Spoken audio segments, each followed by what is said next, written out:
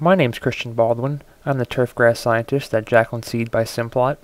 Thank you for listening to our podcast series called Jacklin Net News. In this edition, interseeding techniques for T1 and alpha will be discussed. Well, the agenda of this podcast will discuss various techniques when considering initiating an interseeding program. Topics will include seeding date, establishment techniques, seeding rate, and mowing routine after interseeding. Often, the goal of interseeding is to reduce the presence of Poa Annua on putting greens and fairways. Poa is an undesirable species for several reasons. Compared to bentgrass, Poa has a higher nitrogen, water, and fungicide requirement. And from a player's perspective, Poa's ability to produce seed heads, even at putting green heights, disrupts surface uniformity. Also, since Poa is heat sensitive, shoot density tends to decline in the warm summer months. And with the addition of heavy traffic in the summer, there is the possibility of losing portions of the turf. Well, the first step when interseeding is to decide when to interseed. Well, this is a project conducted at Rutgers University, which is in New Jersey. The authors sprayed glyphosate over an existing mixed bentgrass Poa Annua putting green. And following a glyphosate application, plots were either seeded in June, August, September, or October. The graph shows the amount of bentgrass 1 year after seeding, and as you can see, a midsummer seeding provided the greatest amount of bentgrass compared to a fall seeding. Well, this is a similar research trial conducted at Rutgers University, except this time, bentgrass was interseeded into a live stand of Poa Annua.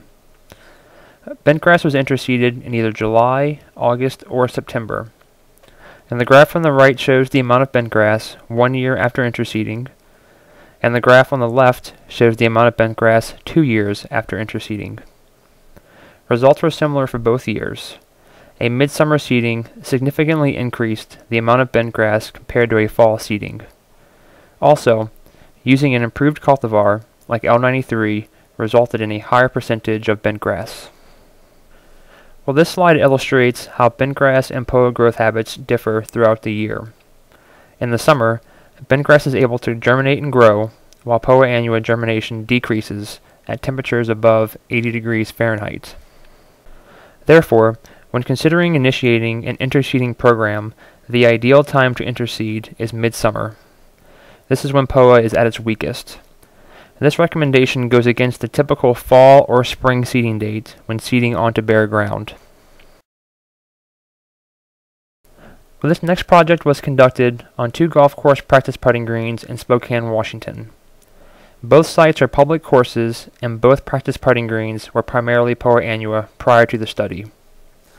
The objective of these trials was to determine which establishment technique is best when interseeding. Treatments included solid tine spiking, hollow tine aerification, grooming, and top dressing with no surface disruption. And T1 and alpha were interseeded at 2 pounds per 1,000 square feet. Results were similar at both locations, so this slide shows data collected from Esmeralda. 3 months after an interseeding, grooming resulted in greatest amount of bentgrass, but 1 year after interseeding, no trends emerged indicating that one establishment technique was superior to another. It should also be noted that there were no additional interseeding events, and no tailored fertility or PGR program was implemented to keep Poa at bay. These trials were conducted in Minnesota and Pennsylvania on golf course fairways composed of mainly Poa Annua. 3 golf courses near the Minneapolis area were seeded early June, while the golf course near Philadelphia was seeded early August. A Turf-Go tri-wave was used to introduce the seed into the Poa Annua canopy. The objective of this trial was to determine if increasing seeding rates increases the amount of creeping bentgrass. T1 and alpha seeding rates were 1, 2, and 4 pounds per 1,000 square feet. This is data from Green Valley Country Club near Philadelphia and Bunker Hills Golf Course near Minneapolis 14 months after interseeding into a Poa Annua fairway. Results were fairly similar across locations, indicating that increasing seeding rates from 1 pound to 2 pounds per 1,000 square feet increased the amount of bentgrass establishment. The final trial was conducted at the Jacklin Seed Poa Annua Research Putting Green in Post Falls, Idaho. The goal of this trial was to determine when mowing should resume following interseeding. Alpha was seeded at 3 pounds per 1,000 square feet and immediately top-dressed. The first treatment included continuous mowing. The second treatment skipped mowing the first week after interseeding. The third treatment mowed the week of interseeding, but skipped week 2. The fourth treatment mowed the first 2 weeks after interseeding, but skipped the third week. And the final treatment skipped mowing for 3 weeks following interseeding.